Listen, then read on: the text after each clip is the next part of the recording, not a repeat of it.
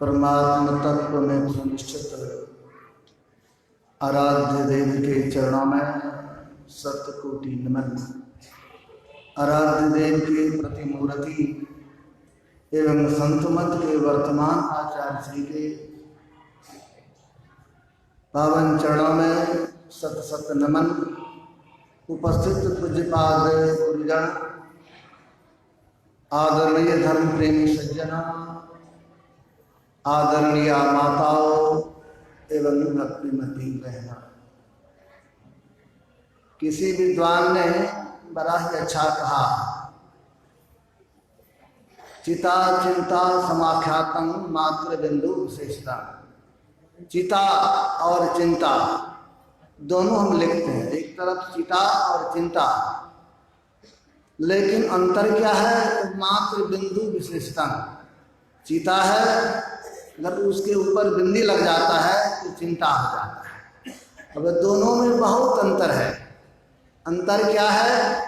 जो चिता है तो मरे हुए व्यक्ति को जलाने का काम करता है, और जो चिंता है वह जीवित व्यक्ति को जलाने का काम करता है। मतलब यह जो है जीवित व्यक्ति को कैसे जलाता है? कि चिंता के कारण लोग भीतर भीतर घुल करके मर जाते हैं। तो संतों ने कहा ये चिता और चिंता, और अभी आप लोग सुन रहे थे चिंतामणि के संबंध में। ये चिंतामणि क्या है? तो संतों ने कहा ये चिंतामणि क्या है? तो जिसका चिंतन करेंगे उसकी प्राप्ति हो जाएगी। हम लोगों को सुनकर बड़ा आश्चर्य लगता है। आराध्य देव कभी कभी कहा करते थे, जब मैं घर से निकला था, मुझे वैराग्य हुआ था, तो विद्यालय से मैं निकला और मेरे पास कुछ नहीं था, छाता था, लोगों ने मांगा वह भी दे दिया। बाद में एक धोती थी, वह भी लोगों को मैंने दे दिया। अंत में ऐसी स्थिति हो गई सिर्फ एक लौटी। लेकिन उस चिंतामणि पारस को उन्होंने प्राप्त किया, उस भक्ति रूपी चिंतामणि को उन्होंने जीवन में प्राप्त किया, जिसके कारण आज उनके नाम पर लाखों व्यक्ति का भरण पोषण होता है। जबकि गुरुदेव कहते थे कि मेरे पास कुछ नहीं, मैं सब कुछ छोड़ के आया, लेकिन सब कुछ छोड़ा और एक को ग्रहण किया, एक को पकड़ा। वह एक क्या है? वह एक परमात्मा भक्ति है। जो कोई परमात्मा भक्ति को पकड़ेंगे तो उनके जीवन में किसी वस्तु की कमी नहीं रहेगी। संसारी और परमात्मा दोनों तरह का धन उसे प्राप्त हो जाएगा। एक प्रसंग मुझे याद हो आया, जब स्वामी विवेकानंद, उनका नाम जब नरेंद्र था, उस समय जब उनको वैराग्य हुआ तो कभी कभी अपने गुरु रामकृष्ण परमहंस के पास जाया करते थे। इस बीच ही में उनके पिताजी स्वर्ग धार गए। बड़ा कष्ट, आर्थिक स्थिति बहुत खराब हो गई उनके। कि माँ ने एक दिन कहा, बेटा तुम जिस भगवान को याद करते हो, जिस भगवान की भक्ति के बारे में तुम कहते हो, वही भगवान तो तुमको ये दुख दिया, उसी के कारण तो जीवन में इस तरह का कष्ट है, तुम क्यों न जाके उससे कुछ मांग लेते हो। इनके भी मन में हुआ, अपने घर की आर्थिक स्थिति को देखकर ये भी थोड़ा विचलित हुए और आए रामकृष्ण परमहंस जी महाराज से कहा, महाराज आपको माँ काली का दर्शन होता, आप भक्ति करते हैं, तो मैं चाहता हूँ आप उनसे मेरे बदले में मांग कीजिए कि मुझे धन की प्राप्ति हो, मेरा जीवन सुखमय हो। तो संत कैसे होते हैं? उन्होंने कहा देखो मैं जीवन भर तक कुछ मांगा नहीं हूं मां से, अगर मांगना तो तुम ही जाके मांगो। इनको विश्वास नहीं हो रहा है जो भक्त और भगवान के बीच किस तरह का प्रेम होता है, इनको विश्वास नहीं हो रहा था। लेकिन जब गए तो मंदिर में जैसे प्रवेश किया तो देखते साक्षात मां का इनको दर्शन हो रहा था। अब मां के सामने जाकर इन्होंने कहा मां मुझे ज्ञान दो, भक्ति दो, वैराग्य दो, यही मांग किया। अब जैसे मांग करके लौट के आए, लेकिन रामकृष्ण परमहंस जी महाराज अपने कमरे में बैठे आंख बंद करके ध्यान कर रहा। मां ये बच्चा तो गया आपको मांगने के लिए, संसार की वस्तु न मांग बैठे, हृदय से प्रार्थना कर रहे थे। लेकिन नरेंद्र भी जब गया तो ज्ञान और भक्ति वैराग्य मांगा। 3 रोज गए, तीनों रोज यही मांगा।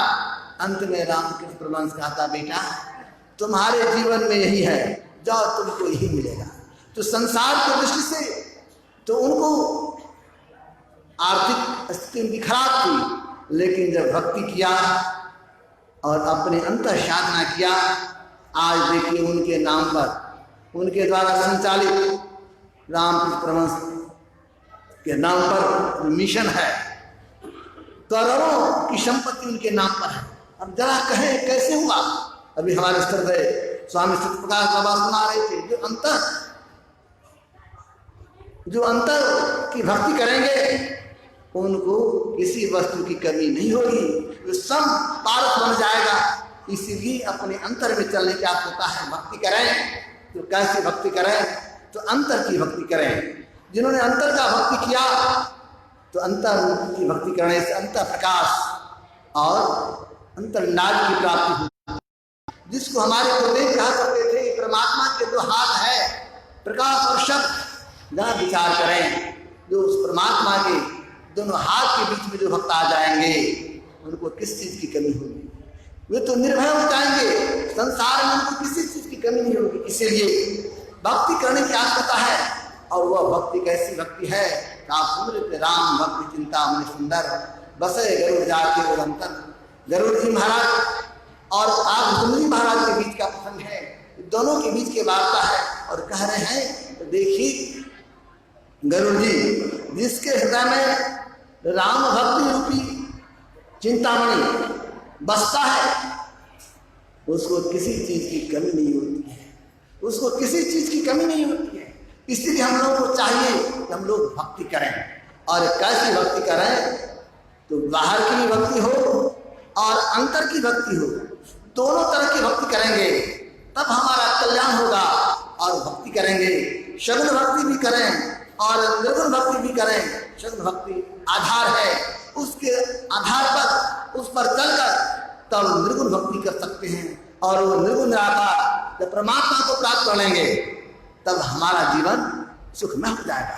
वो परमात्मा सुख स्वरूप है। जब सुख स्वरूप सर्वेश्वर को जो प्राप्त कर लेता है उनके जीवन में फिर पाने के लिए कुछ बाकी नहीं रहता।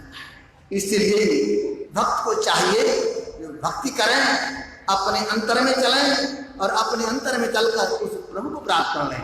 लेकिन भक्ति करने के लिए हमें करना क्या है? भक्ति करने के लिए जो भेदीय भक्त हैं उनके चरण चरण में जाने की आवश्यकता है। मतलब संत सदगुरु के चरण चरण में जाने की जरूरत है।